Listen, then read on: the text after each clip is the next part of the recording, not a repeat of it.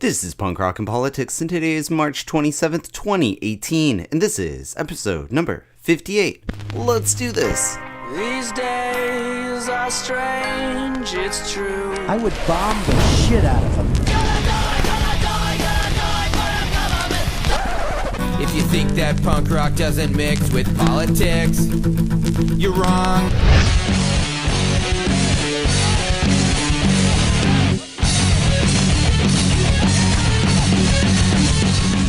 Welcome to Punk Rock and Politics, and today, Mr. Backpack Man himself, Daniel Roy Bairn, will help me co-host this episode, and we'll be talking to its surfer, photographer, and guitarist, Chad Might. Then, Daniel and I will discuss the history of the news and how to live in the now. So let's check out this episode recorded on location in Ocean Beach, San Diego. But before we get to the interview, here's the news of the week. Here's what's making news. As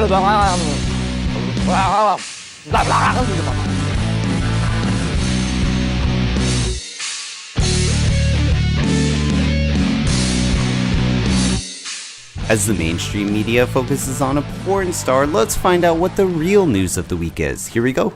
There are two outcomes. One is Iran gets nuclear weapons. The other is Israel or somebody uses military force to stop it. That's where we are. That was a clip from the ultra-neocon and Iraq war cheerleader John Bolton promoting a war with Iran in 2009. The war hawk John Bolton will take Mick Masters' place, who is stepping down. John Bolton has never been right about a foreign policy idea, not once in his career, and he still supports the epic disaster that is the Iraq War. Looks like President Trump is surrounding himself with pro-war neocons from the Bush era, the very same people he criticized while he was running for president in 2016. So much for fiscal conservatives. President Trump signs the $1.3 trillion spending bill. Here's President Trump on the issue. As a matter of national security, I've signed this omnibus budget bill. There are a lot of things that I'm unhappy about in this bill. There are a lot of things that we shouldn't have had in this bill, but we were, in a sense, forced. If we want to build our military, we were forced to have. There are some things that we should have in the bill. But I say to Congress, I will never sign another bill like this again. I'm not going to do it again. Nobody read it. It's only hours old. Some people don't even know what it is. $1.3 trillion. It's the second largest ever. President Obama signed one that was actually larger, which I'm sure he wasn't too happy with either. But in this case, it became so big because we need to take care of our military. And because the Democrats, who don't believe in that, added things that they wanted in order to get their votes. The March for Our Lives drew more than 600,000 people in D.C., making it one of the largest political marches in Washington, D.C.'s history. The march was a national one to encourage common sense gun control measures. Here's one of the students from the Parkland school shooting speaking at the event. My name is Delaney Tarr, and I'm here today because I am a Marjorie Stoneman Douglas student. We cannot move on. If we move on, the NRA and those against us will win. They want us to forget. They want our voices to be silenced, and they want to retreat into the shadows where they can remain unnoticed. They want to be back on top, unquestioned in their corruption. But we cannot and we will not let that happen.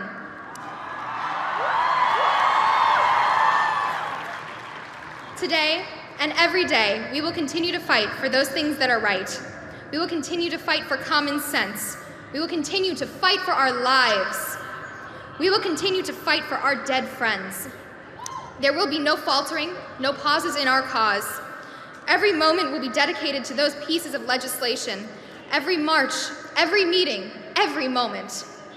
All for that assault weapons ban to keep these weapons of war out of the hands of civilians who do not need them. All for the prohibition of high-capacity magazines, because no hunter will ever need access to a magazine that can kill 17 in mere minutes. We are here to call out every single politician, to force them into enacting this legislation, to addressing this legislation, to doing more than a simple Band-Aid on a broken bone. The pressure is on for every person in power, and it will stay that way. Because they know what is coming. They know that if there is no assault weapons ban passed, then we will vote them out. Drug company Bayer gets the EU's approval and will be able to buy the evil corporation Monsanto for $6.2 billion. This will make the newly formed company one of the largest, taking up over 25% of the market in the seed and pesticide market. Only good things can happen from this merger, I'm sure.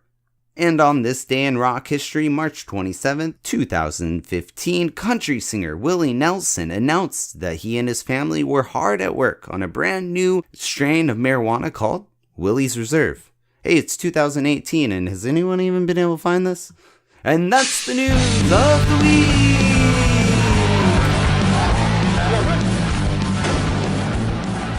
On today's episode of the Punk Rock and Politics podcast, I wanted to try to do something different. And I recently had Daniel Roy Barron on the podcast, and we had such a great time, we decided to team up and do some live interviews and talk about the media. And Daniel is a writer, radio host, and an activist. Daniel and I went down to Ocean Beach in San Diego, California, where they have a farmer's market, and it's a great place to get food, hear live music, and talk with some pretty amazing people. And that's just what we did. We were able to catch the drum circle and talk to a musician playing guitar on the street about his photography project called Nomadic Surfers, and his name was Chad Mike. But before we get to the interviews, let's check out some of the audio from the drum circle. And this was mesmerizing and definitely something worth checking out if you're ever in San Diego. But I do have to apologize, the audio recording during the interviews aren't the best, and you know, when we try to do something new, it's not gonna always turn out quite as we envisioned it. So, with that being said, thanks for understanding, and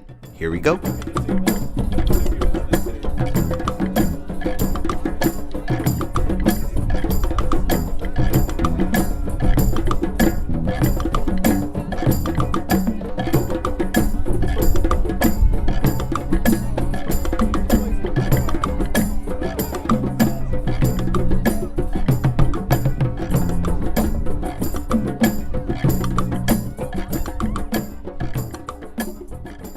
We're here in Punk Rock and Politics, and we're live down here in OB still. And I actually ran into a local musician just kind of jamming out. His name's Chad. What's up, Chad? Good, man. And you were jamming out with some, as you were calling it, space music. Yeah, I do this after I play my set. You know, I do a lot of original music, and then I mix a few of my favorite bands, but it's my own style. And then when I'm done doing that, and then talking to a bunch of people I know, I come down to a random spot, and I do what I call space. And it's just what it is. I dig it. Me and Daniel over here, we were walking by, and we just kind of heard you jamming out, and we're like, dude, we got to catch an interview really quick. And Yeah, hey, great to meet you all today, and we're having a great time here, right with the farmers market and things going on. What is it, March the 14th, 2018? This is Win News Network, and one of the things we talk about is how do we become winners in this world where it seems like everybody's losing, especially people that are struggling with not being able to afford things. And so I guess it's just a general question, like what can we all do to make this a better place? You know, first of all, I would say realize it's not really our place. This is so temporary, and it's in my little opinion, and it's all my opinion. It's just, I was just talking to my friend Patrick, and it seems like anything in this earth, anything we believe is just an opinion. So don't take it too serious if someone's getting on your nerves, because it's just an opinion. But in my little opinion, I would just say, you know, try to not be too connected to this man-made kind of planet we live on, this rat race, and try to give yourself your energy to people who need it through music, through surfing, through talking. People could use, you know, a smile could be innocent. You know, what if they're depressed that morning and somehow you inspire them and they smile? That's just my little 2 cents. Hey, I think that's really good. I don't think anyone could get offended by that, though, man, you know? No, it's pretty mild. Yeah, that was pretty mild, for sure. Dude, hey, and you're out here, you're playing your space music, and people are walking by, and you're just passing on great vibes. That's what you're doing. And I was mentioning, but I think I spoke about this. I use myself as a conduit. And so I literally ask whatever you want to call God. Call God whatever. It could be nothing. It could be anything. It could be a leaf. I ask that, bring that energy down to me, and just use me as the conduit. And that's all I'm doing. It's not about me. It's about getting the energy of people. Exactly. And that's not hippie talk. That's being sincere. Yeah. Giving yourself. Yes. I think that's a very, very beautiful idea, is helping, endless helping, without any thought of, getting anything back. And you're kind of doing the same. You're kind of helping people see new musicians, sharing this. Yeah, exactly. So I think that's cool. Yeah, and that's kind of why I wanted to interview you, because I love your music, and I was jamming by. And one more thing, though, before we go, and I know you got to go over to the drum circle that we were jamming out to earlier when we played on the podcast. You were talking about a surfing thing that you were doing. Can you tell me more about that? So, I'm on a lot of different projects with photography. Probably my two projects that are kind of ongoing I can take it into different branches, or I can stick to one theme, but one is nomadic surfers, and I call it unpaid athletes. Tales of nomadic surfers. It's literally just that. It's the surf world who just surf and go, travel the world or up the coast or wherever, and dedicate their lives to the ocean. So I capture their world, not necessarily in the water, but their world, what they do, their comfort zone inside their little space. And then I ask them, why are you doing this? What's inspiring you? And they write out their story. It doesn't have to be more than a paragraph or whatever. And my goal is to get a handful of people that do this lifestyle and create a project with it. The other is seascapes. Yeah. And because I'm connected to the ocean so much, I'm doing these long exposures. And long story short, I'm turning the water into like a cloud sea. It's a long exposure. Just showing the ebb and flow of the ocean and the power of the ocean. That's sick. Is there any way people can find this online, or what's the best way? Gosh, I'm such an so awesome idea. So bad at marketing stuff and telling people. You know what? Well, I have a website. Yeah, what's the website? It's not on there.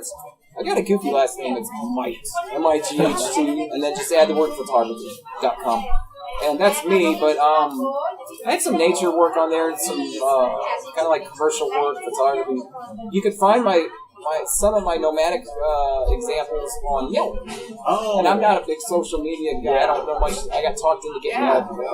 And anyways, Yelp, and just look up Mike Photography, and you'll see black and white photos of nomadic surfers. Wow. Sweet. Awesome. Well, hey, thanks so much, man, for kind of passing on some knowledge and just chilling here. But before we go, can we get you to jam onto some space, as you call it, space jams? Yeah, I just space music. Yeah, whatever you want. Whatever you want to call it. Space. Let's get space.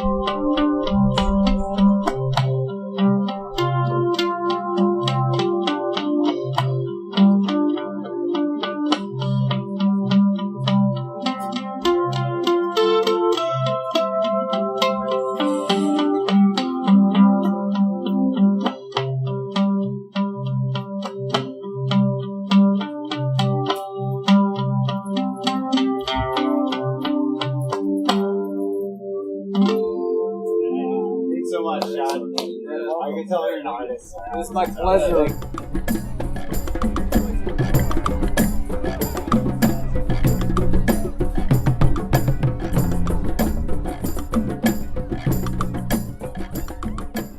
All right, and we're back, and that was Chad Might, just an artist on the street, kind of jamming out.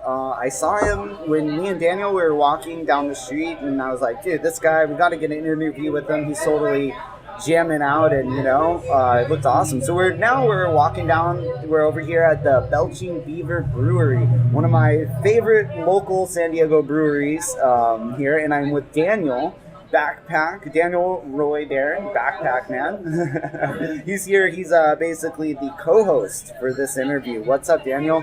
Well, thank you for having me on. It's great. We talked back in January. Please go check out the other, as we keep getting older and we keep living, if we want to call this place the Matrix or whatever we want to call life, we start evolving, and it's always fun to go back one day, maybe a year from now or 2 years from now, we can go back and check out what we said in January. Life can hit us really hard. It goes really, really fast. It's the whole 24/7, 365. How do we take time and slow down? And I love talking with Chad with the nomadic surfing and all the things that he's doing. And we're dealing with a lot of things on a day-by-day basis. And my pen name is My Healing Compassion. I wrote the book called Looking Glass Shattered. And I want to be able to live in the now, but I'll say I suffer. I can't. I try every day to live in the now. I wake up every morning, I go to bed at night. We listen to some beautiful meditation that's on YouTube also. That helps us a lot. But how do we live in the now in this, technology, go society? Yeah. What do you think, Michael? Oh, yeah. Well, no, that's so funny you just said that, because on all places, I saw on Facebook earlier, of all places, I saw a Lao Tzu quote.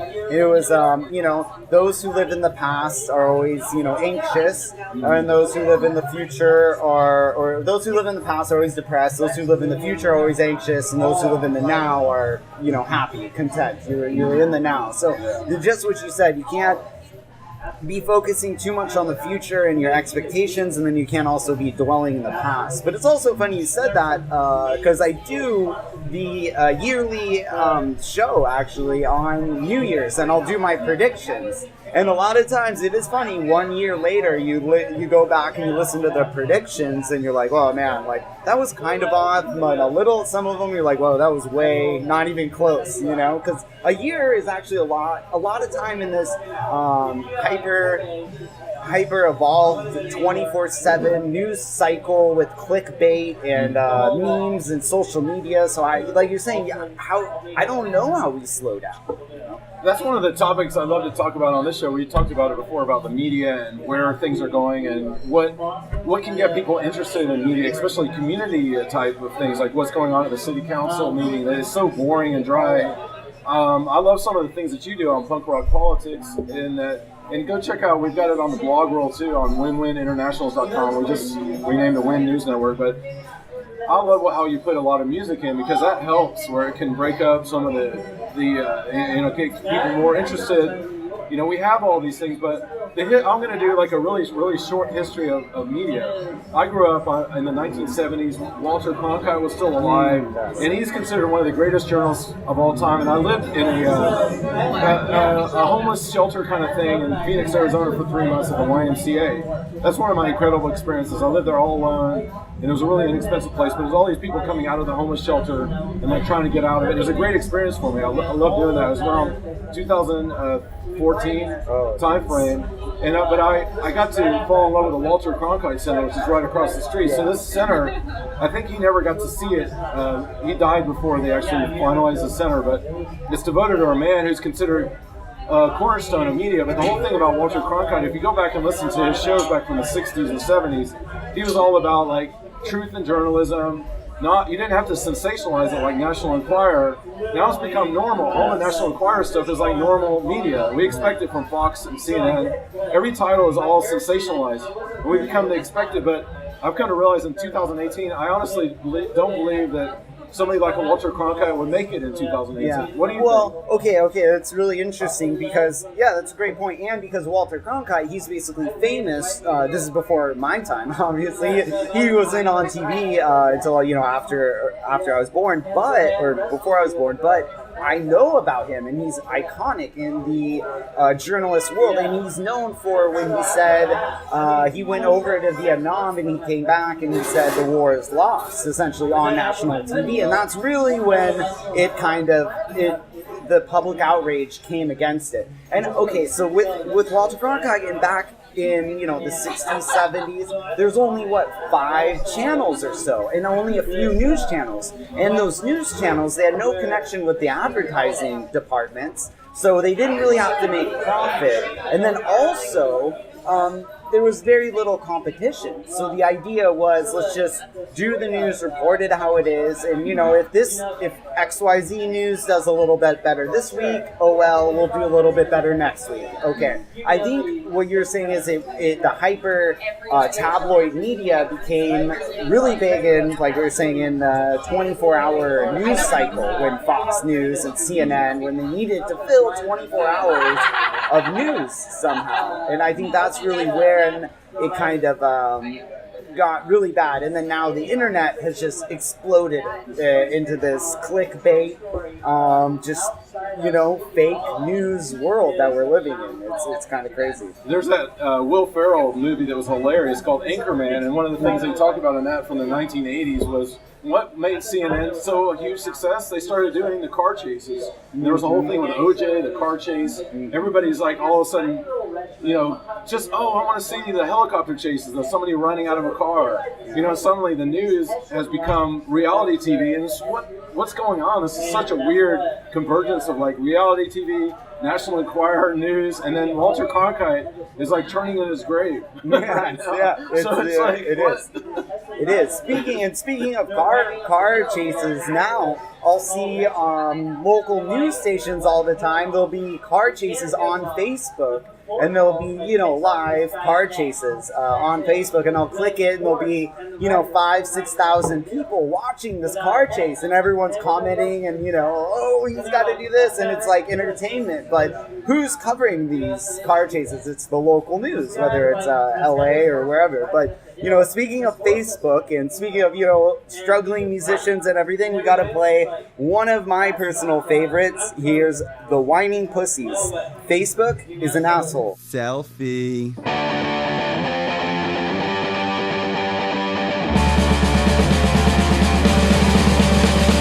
Facebook is a fucking asshole. Fuck you and your fucking friends. Thumbs up for your whining problems. My clothes fly over your head. You train wreck. Fuck you. You suck. Eat shit. Go fuck yourself. I don't give a shit about what you ate. I don't care about political tastes. I don't care about your dead grandma. Bitch, you're on where you get chihuahua. I don't wanna know about your maladies. Don't post pictures of food you eat. I don't give a shit about who you're with. They suck like you. Go eat a dick. Facebook is a fucking asshole. Fuck you and your fucking friends. Thumbs up for your whining problems. My posts fly over your head. You train wreck. Fuck you. You suck. Eat shit. Go fuck yourself. You made a post about land weddings, and no one cares about your ugly ass kid. You're not sick when there's another to fuck. You're not that funny. Your humor sucks. I don't give a shit about your friends, your connections, your new relationship. It's my sloppy seconds. Facebook is a fucking asshole. Fuck you and your fucking friends. Thumbs up for your whining problems. My posts fly over your head. You train wreck. Fuck you. You suck. Eat shit. And go fuck yourself. And that was Facebook is an Asshole by the Whining Pussies. Yeah, so I was telling you about that song before. That song is hilarious. Those guys are really funny, but that whole song kind of about how everyone just posting all this stuff on Facebook, and do people really watch it? And you said a really interesting thing when we were doing our setup, when we were talking a little bit before we started recording. You're saying, the old saying about involving media, but you said the old saying about if a tree falls in a forest, is no one able to hear it? And we were talking that idea, that thinking in regards to media and how local media is really kind of gone because these Walter Cronkites, and we're going to this internet world, and we're getting rid of the local news, the local following on, the city council and the mayor. So, we were just totally hitting on that. I think that's a great point that you said. And just to explain to the audience, I got the name Backpack because I've been living out of a backpack for 7 years, and actually I just realized tonight that April 1st of 2018 will be 7-year anniversary. My friend Dan dropped me off in the woods, and I was going through a midlife crisis, and I tell people that there's a coin. On one side is crisis, on one side is opportunity. Then I'm constantly thinking about how do I reinvent Win News Network, and I know we've been discussing, we're going to talk more off air too about how do we make punk rock politics better, and I'm going to also tell you about some local San Diego like meetup groups and other talk show hosts, and I'm excited that maybe I'm looking at staying here for a while, and like how do we network and collaborate with other people who just want to get their shine a bright light and get out there. But what we're dealing with some huge changes in the media. Now everybody's a talk show host. We talk about Facebook. Everybody's doing Facebook Live now. Yes, so everybody's a talk show host. Mm-hmm. Everybody's on and on. I mean, so we're drowning with information, but we're starting for like real information. We're drowning with so much content. How do we go through that? But I think that some of the things you're doing, like music, and these are the things that I'm looking to do: humor, keep it funny, interesting, on point, on task. How do we help struggling musicians? I share a common interest with punk rock politics. Similar mission to what you're doing too, as well. So. Yeah, that's great. That's why we had you on, and that is really interesting that you said the Facebook Live. Like everyone is kind of a commentator now, and I think that's really true. And I personally, I have my opinions on everything, but I try not to get too opinionated. I'm more about, like you said, having the bands come on, kind of promoting their music and letting them share their point of view. And if a band is going to say some crazy shit, I'm going to call them on it and pull them back. But usually I kind of let them say whatever they're going to say, because this dialogue between people who don't agree anymore, it's like people just don't even want to talk. And this goes right back to Facebook and the media and this hyper sensationalized, media that's polarizing America. You either get your news from Rachel Maddow and MSNBC, or you get your news from Sean Hannity and Fox News, or you go and, I watch my news on, YouTube, or I watch it on this and that channel. Everyone has their own little thing, and it almost feels like they watch that show because it gives them their positive reinforcement of how they believe. Mm-hmm. Right. And one of the things that I want to promote, and a lot of people have missed in this whole thing of whether they swallow the blue pill and they're Democrat, or they swallow the red pill and Republican, it's all about jobs. And one of the things is I did Voices of Global Freedom. It's in the archives that people, it's still some of the shows I kept on Win News Network. It's on Blog Talk Radio, Spreaker, Stitcher, TuneIn. It goes out to iHeartRadio too, and we can talk more about that. We're going to talk about specifically about podcasts and how it can shoot out. You can do an RSS feed, and it can go out to several places. But I grew up, my mom started a Midway Drug and Alcohol Rehab Center in Knoxville, Tennessee, and it still exists today. They have a grant with the Bureau of Prisons, and they have about 87 people in beds right now to help people from struggling with drug and alcohol addiction. So I grew up in that environment. My dad was a PhD at biochemistry, but then I lived with Al, who law enforcement, military intelligence in the CIA, and so I learned a tremendous amount on either spectrum of it. But at the end of the day, whether it's a blue pill on one side or the red pill on this side, it's all about jobs. Everything that people are fighting, whatever flag they're flying, and that's the full spectrum of the liberal side or the conservative side. And I've started to realize, at the end of the day, I'll throw out immigration, the wall. If you are fighting for the wall, you're actually underneath it all. You're pumping money into the military people and the law enforcement and the intel. But you're also in some ways pumping more into fear. And then on the left side is more of the social work. Like, we can rehabilitate someone. We're not just going to throw them in prison for whatever it is. And, there's 80,000 people in prisons right now that are innocent. That's at least, probably even more than that. Not to mention, in my opinion, we should legalize drugs and let everybody loose out of prison who has any drug conviction. Yeah. I know, but I guess the bigger point is like it's all about jobs, and let's get past this dialogue of a blue or red pill. I consider myself progressive, and like let's progress past that, or whatever we want to call that. But as far as fight, everybody's got this job thing, but I feel like the conservative side is more on fear and about let's just lock people up forever, and then the liberal side is about love, and we do have a chance. Let's rehabilitate someone, but we forget if we build someone up, whether it's media based on fear, which Fox News has a very strong fear-based thing, where let's be afraid of everybody, let's be afraid of immigrants, let's be afraid of refugees, instead of like, let's love them. And then you have CNN, which is all about more of the love side. Let's trust people, they're okay. Let's take a chance with these people. And we can rehabilitate people, but at the end of the day, whether you're on the fear side or the love side, these same people that are funneled into our prisons, and we talked about it in January about how we used to have state mental health facilities. Now they're gone for the most part. They're going to come back into our society, and how do we make sure that these people are going to be good citizens, not where they're so out of it they're going to get back to drugs or get back to crime? Yeah, well, there's a lot there. But basically, going back to what you're saying with jobs, basically, and bringing back to Trump, because that's essentially how Trump won, is because he was offering jobs. He's offering bringing the middle class, this middle class idea, dream back. Make America great again. That was his thing.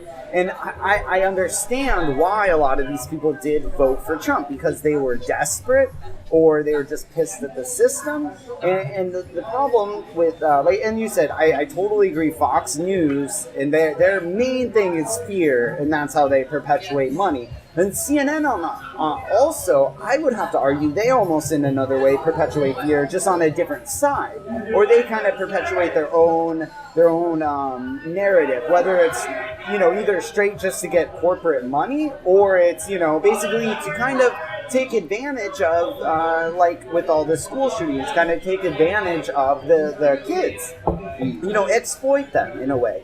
And, CNN says they care and all this, but really at the end of the day, they're going to do their town hall about guns. They're going to do, have the kids, talk to the kids, do this. But then once the next big tabloid news story comes along, Trump and Russia, this or that, they're going to go and they're going to go straight onto that. So that's my problem with CNN. But that's because we've gone to this point where these corporations are so big, and people are only watching them to feed their bias, and we're not creating this dialogue. So I think it's important, like you said, to try to focus on love and focus on what brings people together. And I think jobs, infrastructure, I think those things do bring people together.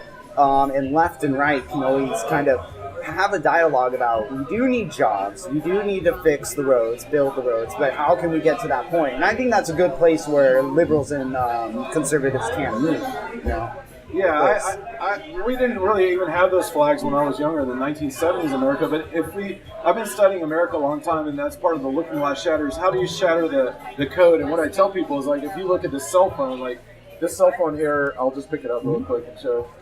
We're just programming, like the cell phone. So I want to try to think of ways, how do we bring back critical thinking? And so it's one of my personal loves, as my pen name, My Human Compassion and My Human Compass.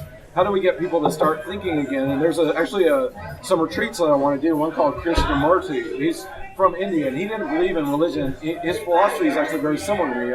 I recommend everybody go check out Krishnamurti. He's there in California. They have one of his centers, I think it's near LA, in that area. And so his ideas are about, he wanted people to think, and he started these schools, and so people can go to the school. And I've actually met people who've graduated from the school, and they love it. They say it teaches about critical thinking. So he's not religious. He's big into, more into meditation, but he's not really into, losing yourself in this more of the cyborg kind of mentality, of losing yourself and still keeping your individuality, but still working together, some kind of middle ground, and that's one of the things that I like to think of too, is we live in America where it's all more about the John Wayne thing, like the cowboy, where we're going to be all alone and be the individual. China is more like, or Japan, some of the other cultures are more like the collective, where everybody's like more like Star Trek, where they have the cyborg. There's some middle ground that we can do where we're not necessarily all ego, and Trump is kind of a personification of this ego guy. I'm a horse, and exactly. We're going to do it our way, and we're going to ram it through your throats. Pull if you don't yourself like up by your own bootstraps, kind of mentality. And there's some middle ground that we're missing, between these two, or you're still connected to community and you're collaborating. You've got a sense of you're with community. I wanted to quickly say that there's a lot of information that we're traveling, at cyber digital speed. But when I was traveling and doing my 7-year backpack thing, I went to one of in New England. I might have mentioned this on the last show. And I saw a city council there where they do the New England states like Massachusetts, Vermont. They actually do these town hall meetings where you sit in a room and you're deciding actually what's going on with potholes in the community. Oh, wow. And so they're unique to America. Not the rest of America, especially the South, and then even in California. I don't know of any places where you actually can sit and you do all that. Yeah, it's so that's one of the things I've seen too. Yeah, it's difficult. I think critical thinking and breaking out of your little world and connecting to more people, that's definitely a big thing that we need to do and focus on, and our society is not really going in that direction. Whether it's the media, news media is, telling you fear, whether people, you don't have enough money, or you can't go out, or you're stuck in this, the digital ghetto, as they like to say. I saw a graph. It was how cell phones, TV, computers, pretty much everything that you don't need but you enjoy have been becoming cheaper over the past 20 years, since 1997. But healthcare, rent, gas, food, all the things you need have been going up. So people are content, or they don't understand that they're forced to, I keep saying this term, but I need to really go and look who coined it, but it's the digital ghetto, because people are content with living in their house on their phone or on their computer, just living vicariously more or less through other people online, because they don't have the money to be able to go and travel, or they don't want to take the risk that you took by just letting it all go and going out and doing a backpack, living out of your backpack for 7 years. So how would someone kind of find a middle ground? Maybe they don't want to completely just give up everything and deconnect, but how can they kind of just deconnect for a little bit? Well, here's something I recommend is if you can afford it, and you can go to hotels. Well, there's a lot of, I don't want to advertise one, but there's a bunch of websites where you can get a free hotel or a cheap hotel, or even maybe an Airbnb where just take a vacation at home and clear your head, or just go to the woods, go hiking. I actually went to the Pacific Crest Trail. I got a bit of a tattoo. I hit my head. But, I had some great experiences. I've been 3 times now since I've been back in San Diego, since November of 2017. But I'd love to go out and just put a backpack on and just start hiking. And anybody can do that, and it's free, if you can find a place, that you're allowed to, and try to just figure out ways to live your love. And I will say this, I liked Whole Food. I got to mention them because I know a specific story that I thought of. When I hiked the Appalachian Trail, I spent about a month there.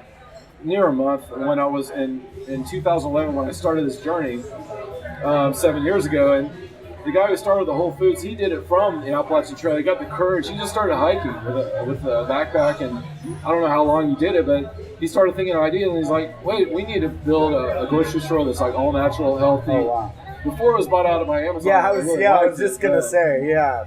In the day, though, it was a huge thing. It was really? Oh, wow. But he got the idea when he just hit the trail. Oh, wow. There's probably more of that we can look up sometime. Yeah, no, Whole Foods is a really, people jokingly call it whole wallet, but if you stop and think about what they offer in their store and the amount of different things they have, like the different types of mushroom, and they have hundreds of different types of mushrooms, cheese, things that you can't get anywhere else, and a lot of it's local, a lot of it's sustained foods. So Whole Foods is a really, really awesome grocery store. They're a little expensive, but now after seeing Amazon buying them out, I'm who knows what's going to happen, and that's kind of this whole corporatization of our world, and it's terrifying, man, you know? So, I don't know where we're going, but I like your message, and we had the same message from Chad earlier, you know, love and just kind of be a vessel of love, you know, and I think that's a really good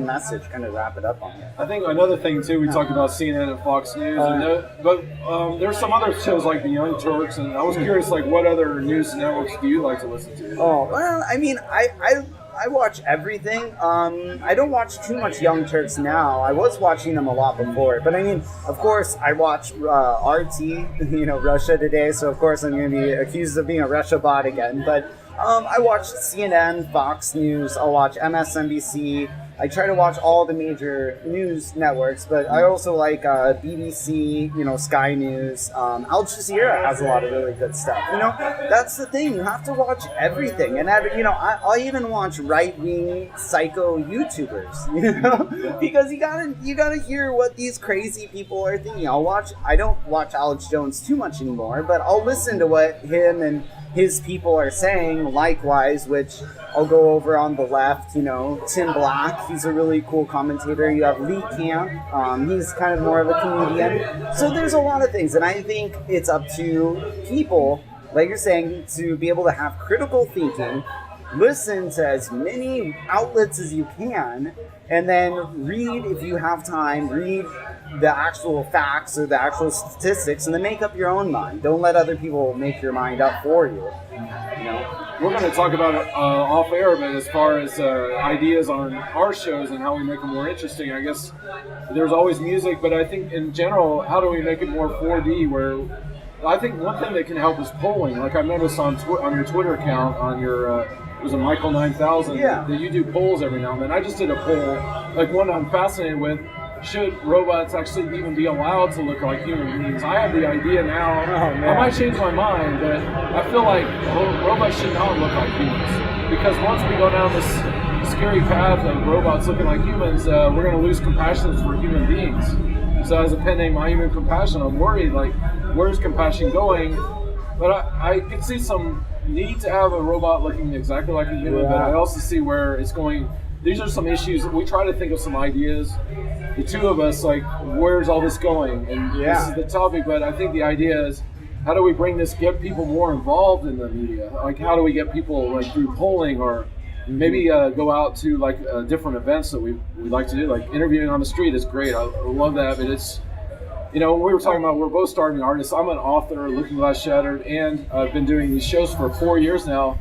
I honestly haven't made much money, or just a little bit with advertising, but it's a labor of love. Yep. Eventually, I'm actually doing some interviews now where I could be a host and get paid to do this. But it's like we're starving artists. We're trying to help other artists rise up who are also starving artists. But these are all ideas. I guess it's to make it more like 4D, where it's all the senses, like your smell, your sight, your hearing, your touch, everything. How to get people, you know, really passionate about community news to international news to global news. Let's see different ways of, like, polling and getting people more interested. But I think part of it is hopefully we'll have a fundamental change. I know I'm trying to research some more of the billionaire Tom Steimer. He's trying to do a lot more to try to bring more awareness to it. People got to feel like when it comes to politics, whether you're in the Netherlands or here or any country, are you really a say? Are you really electing these people, or are they being selected by these elites? And I wanted to close really quickly. We've covered a lot of information, but you know, I have a hashtag called End the Fed. And one thing, whether you're a Republican, Libertarian, Conservative, Progressive, whatever you call yourself, the Federal Reserve makes 6% off the entire money supply, and it's on their website. Don't take my word for it. Like, look it up. We should all come together and say, why are these elite families, the Rockefellers, the Roosevelts, I mean, it's all there. When we were in Coronado recently, where there's huge hotels and they own all the Federal Reserve. None of us can go in the Federal Reserve unless you're with this rich private family. None of us can just walk into the Federal Reserve. We're so disconnected from what's really going on that's why people throw up their hands, is that basically somehow, some way, the whole entire political system needs to be upside down, where people are electing regular people. Yes. There's some movements that are taking off, especially in 2018, it's election year, like trying to get regular people in these, like Congress, and there's some other movements, I'll mention it later, but there are some movements that try to get people more involved, but people are so disconnected from feelings like they can run any of this that they're just throwing up their hands and giving up. It's things are so out of your control that people just don't want to try anymore, and they just want to go and tap out. And like before we wrap it up here, because we're kind of getting to the end, that's one thing I do see about the younger generation, how it's good, because they're out. Today they've been out protesting about the gun violence. They did a school walkout and they left the school. And these kids, they're in high school, and they know as much as I knew as when I was in my early mid-20s about how corrupt the government is. And this is like, wow, I thought I was ahead of the curve. These kids are, 10, 15 years ahead of me politically, knowing how corrupt our system is. And them out there doing all these marches, I think it's showing them that they have power, the people have power. Once people realize that we have the power, it's going to terrify the shit out of the top 1%.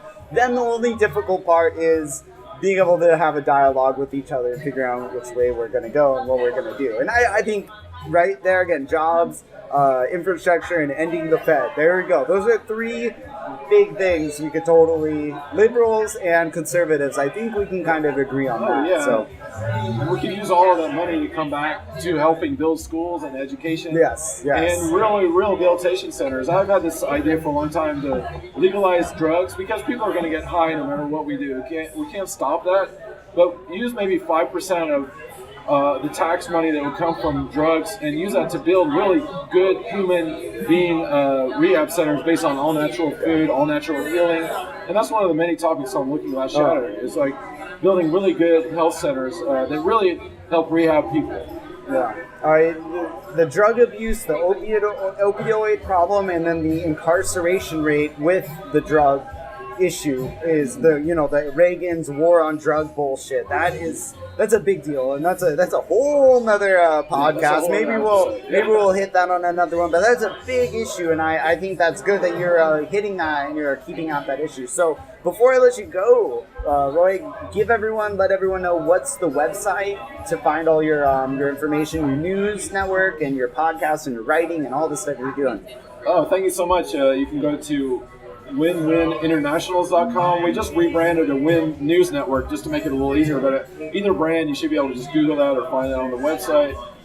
You can find the 2 books on Kindle under the books tab on the website, and you can find me, Daniel Roy Barron, on any social media, Facebook, Instagram, Twitter, and LinkedIn are the 4 major ones. So I look forward to talking with you all, and hopefully we'll be able to grow this collaboration. It's great. You can also learn we got Punk Rock Politics podcast. It's on the blog roll now, and go check out. And you can see our show. It's on that blog roll under the page on. If you go to the blog roll page on Win-Win International. So thank you so much, Michael. Yeah, definitely. Yeah, it was great having you on again, man. Yeah. And like you were saying, we have to do one more song as we go out. Here is a beautiful song by an amazing band. Here's Songs for Ghosts by Magic Child and the Glass Regime.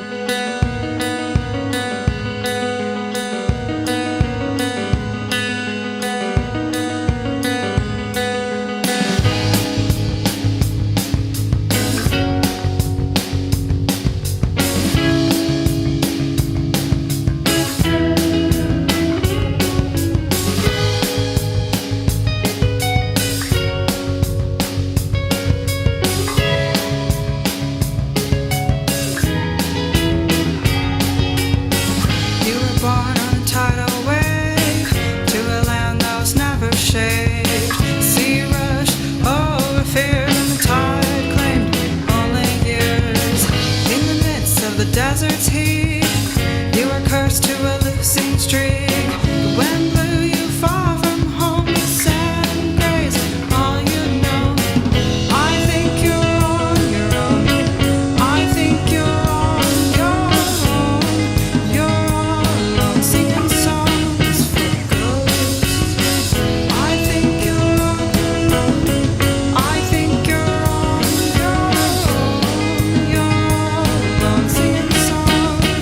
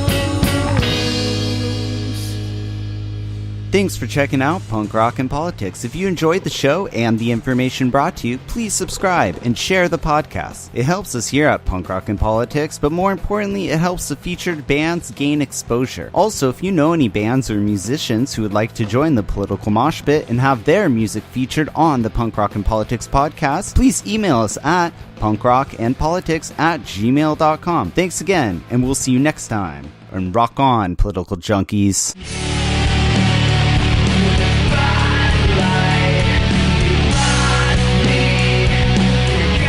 I think all of our society is run by insane people for insane objectives. Doing a better job of talking to each other. The left hand now knows what the right hand is doing. Look at those hands. Are they small hands? And he referred to my hands. If they're small, something else must be small. I guarantee you there's no problem. I guarantee it. All right. There are a lot of things that I'm unhappy about in this bill. There are a lot of things that we shouldn't have had in this bill, but we were, in a sense, forced. If we want to build our military, we were forced to have. There are some things that we should have in the bill.